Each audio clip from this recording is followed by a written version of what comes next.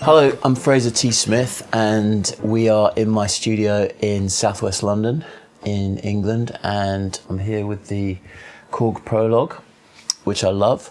I am a writer and a music producer, and I've been doing this for about 20 years. I used to be a guitar player, playing bands and with different artists like Rick Wakeman and Craig David.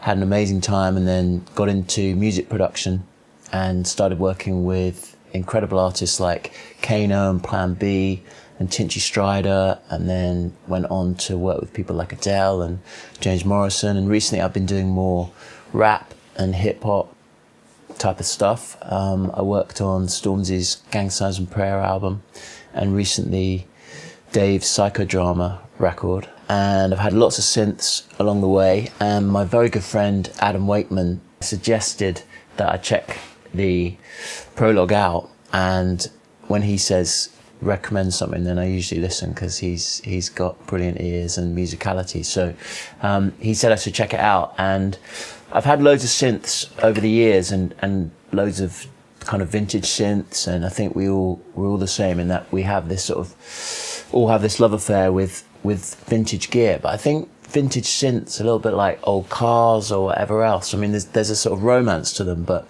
what I love about the prologue is that it is super modern in terms of the sound, but it's still very warm. So my thing with a lot of older synths is that as a producer, I find it very difficult for them sometimes to cut through the mix.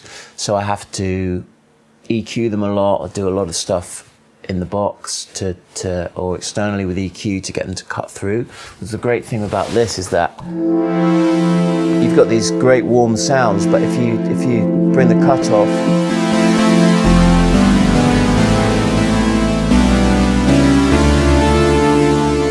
you've got all that really nice high end, and the effects are digital as well, so you've got very clean.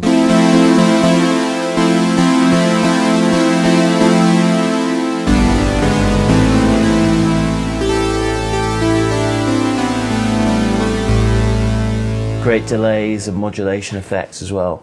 The other great thing is that, if I'm honest, for someone like myself as a producer, I know there's incredible producers out there who can program sounds from scratch.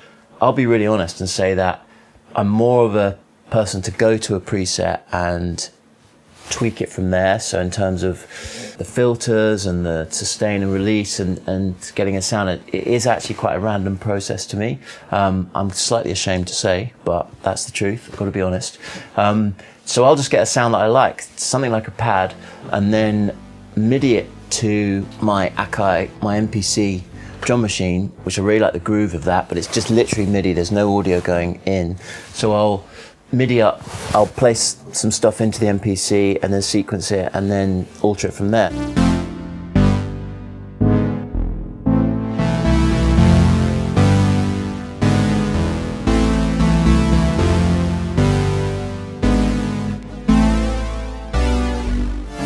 Yeah, so it's probably pretty clear that it's quite a random thing. I know the basics of synthesis, but I'm not there starting a sound from scratch, which I have utmost respect to all the people that do that. But the other good thing is that I was thinking earlier on about analog synths, and this synth in particular, the prologue. When people are coming in and artists are coming in, artists, musicians, producers, I'm a very collaborative person. So people will come in and they'll just start playing. It's very intuitive because everything's laid out on the front. You don't have to necessarily spend hours reading the manual, which I've admitted not to have done, but there's people coming in, like Dave, for example, who's obviously an incredible rapper, but a great keyboard player. He doesn't have that much knowledge of synthesis. He's grown up programming stuff on Fruity Loops and using a lot of soft synths, but he can get in here and he'll be able to find a sound that he really likes really, really quickly. So it's the variation of this synth, I think, which is really fun as well, in that the bass sounds, the pads, the leads, the I think, again, we get so used to working in the box and having this incredible palette that sometimes when we come to working with hardware synths, you sometimes, if the hardware synth isn't giving you what you want, you sometimes revert back into the box. Whereas I think with this, you've got great bass sounds and incredible palette of sounds, which again they cut through the mix.